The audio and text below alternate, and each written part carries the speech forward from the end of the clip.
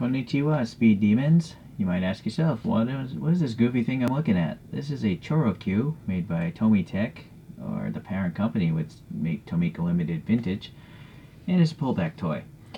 But this livery is of a real car that set 16 international endurance records, and this is also Japan's first supercar, the Toyota 2000 GT.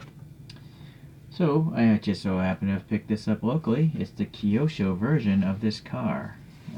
Clearly it's used though. Things just kind of taped poorly together. Let's get this thing going. It's very dusty. So it's been displayed. Hopefully it hasn't been dropped. That's what I'm worried about. Let me get the good old screwdriver. So these speed records were conducted at the over 72 hours at the Yatabe test circuit. Oh, here's an issue. That tire was fused.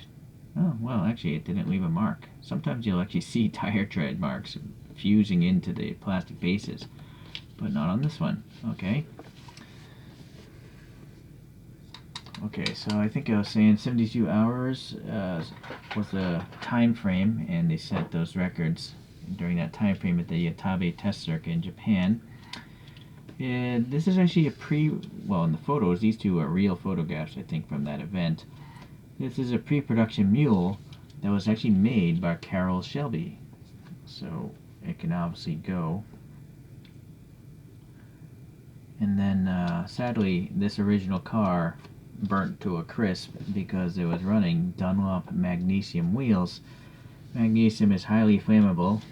They actually sell like magnesium fire starters, and so yeah, I guess the thing caught on fire and it is gone. So now this photo and this next one is a replica that I think Toyota put together, because this car is obviously a significant part of Toyota's history, if not Japan's history. Okay, let's take a look here now. Alright, so the gold wheels do look like those, they had gold wheels on that old vintage photograph, although the middle looks like it was black here. But anyways, Kyosho still, it's nice to see some color on the wheels. Usually Kyosho wheels are just one color, silver, but this one has gold centers and a silver lip, so that's nice. 5 lug nut details are looking good, and then, these little openings are actually passing air. It's not a blanked off wheel. You can see a little light shining through there. Okay. And then the tires, I think, look pretty good. They're actually concave by the rim, and then they bow out like there's air pushing them out, and then tire tread. The tire tread itself, very period correct looking to me. Looks vintage. And then Kyosho's run tampo prints. So, very nice. Unfortunately, some grime, which is kind of feel gross, I don't know what that grime is. Alright. We have one of this bulging out protrusion. Look at the photograph. It's just a bulge, and then I think there's a reflector right here. Or maybe it's a light. But Kyosho just put some red here behind that bulge. And then they actually have yellow paint here for the window molding, and that's accurate to the car. The thing had yellow window frames. The door handle sticks out, painted a little silver, and then going to the windscreen, we have a silver on that. We also have 2 protruding wiper blades painted black, and then we have a matte green finish here for the hood, and some rivets here for the pop-up headlights. I'm sure they may have been riveted down for the speed trials, because if any air gets in there, it's going to rip them up, maybe at super high speed. Now, one thing that's quite obvious is it doesn't have the cutouts in the hood like that vintage photograph. Those cutouts in the hood were to allow for checking the vital fluids as it was running around doing all these things. They were trying to set records, so they want to check all the fluids as quickly as possible, even though aerodynamically it's not good to just have gaping holes in your hood. Alright, well, that's too bad that they didn't at least, print black graphics like the Chorokyu did. I mean, the Chorokyu toy actually printed the better detail up here, so that's unfortunate. Alright, so the headlights are nice though. Big, thick, clear plastic. And then the way the peg goes in, it looks like, it's got two headlights behind them. One on each side. And then this grill is actually going in quite a ways. So this chrome plastic grill here. So that's not black paint. That's just dark air. I think you might even see a little yellow back there. Or maybe it's the black of the interior. We got these little chrome plastic bumperettes as separate pieces. This one's not laid in too well.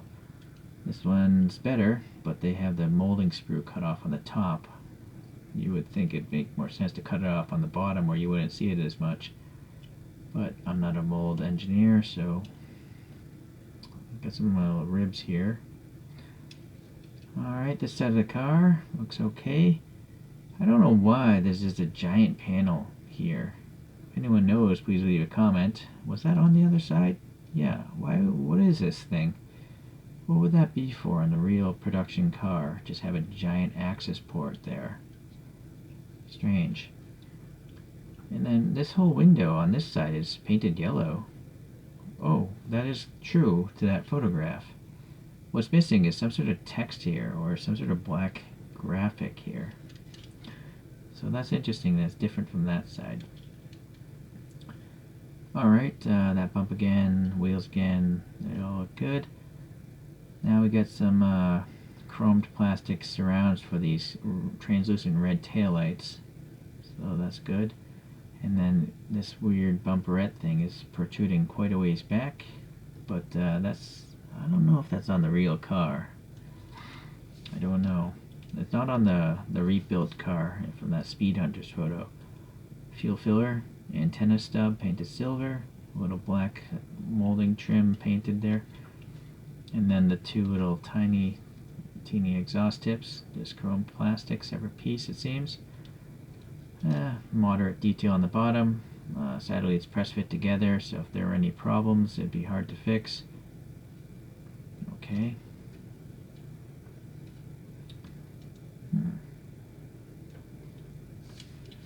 It's just a black interior. I don't know if we're going to see anything worth looking at, but yeah, just rib seats, the steering wheels, a lot of distortion, this type of curved window there.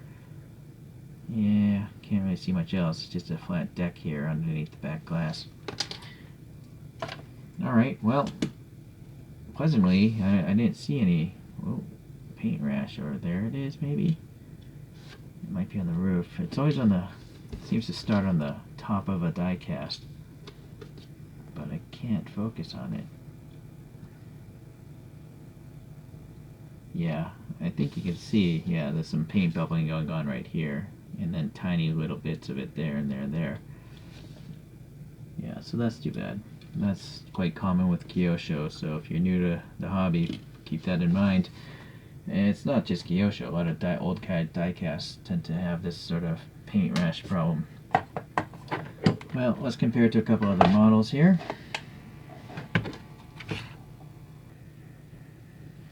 Alright, got this thing on super slow spin today. I was quite happy with this Kyosho. Now this is just the standard street version, and so I think what's going on here is, Kyosho designed their mold to be the standard street version, and then they just put this livery onto that casting, to help amortize the cost of their mold. And so that's why it doesn't have cutouts in the hood, and also I suspect it shouldn't have these long protruding rear bumperettes. Alright, you'll notice the white car has a lot of printing, even on the quarter panel there. And also hinge details. It is molded into this green car, but not accented with paint. Alright. Well, I'm going to put a couple of the cars from this era. Did I mention this is from 1966? I don't remember anymore, so it's been like 2 minutes. So this next car is another Kyosho. It's a Lamborghini Miura P400, which came out in 1966. This is considered the first supercar. And so the 60s, very similar styling. Not not too far off from the styling of these two is an Alfa Romeo Tipo 33 Stradale, which came out in 1967. But it's a much smaller car than the Miura. And so the last one is a Kyosho of the Ferrari Dino 246 GT, which supposedly came out in 1967. The Dino is quite unique compared to the other vehicles here because it's not like a fastback. The back glass isn't, sloping. But these four cars, the glass is almost horizontal. With the Dino, it's vertical. Let's give a plan view here.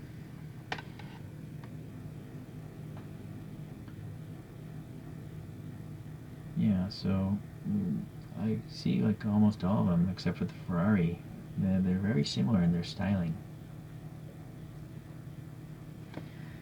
I cannot recall with the Toyota if it was designed by an Italian or not. It possibly was. Okay. I just thought I'd throw it back up there with that Cherokee for a minute just to show you guys how crazily deformed Cherokees are. They are so goofy looking. This Cherokee also has this little pop-up feature gimmick because they literally are toys meant for small children to be amused by. And I did 3D print my own wheels for it because I felt like such a historic car needed it. Alright, let's get this out though. Alright, well, this happens quite often in this hobby, it seems. They take, a casting of the most popular form, and then they put racing liveries on it. Tarmac Works, in particular, for me, they do this quite often. So it's understandable, but it's kind of a letdown sometimes as well, because it's not really identical to the real vehicle. But it's kind of close. Alright guys, well I appreciate you checking this out, and I'll see you the next time I get a Kyosho in. Take care. Bye bye.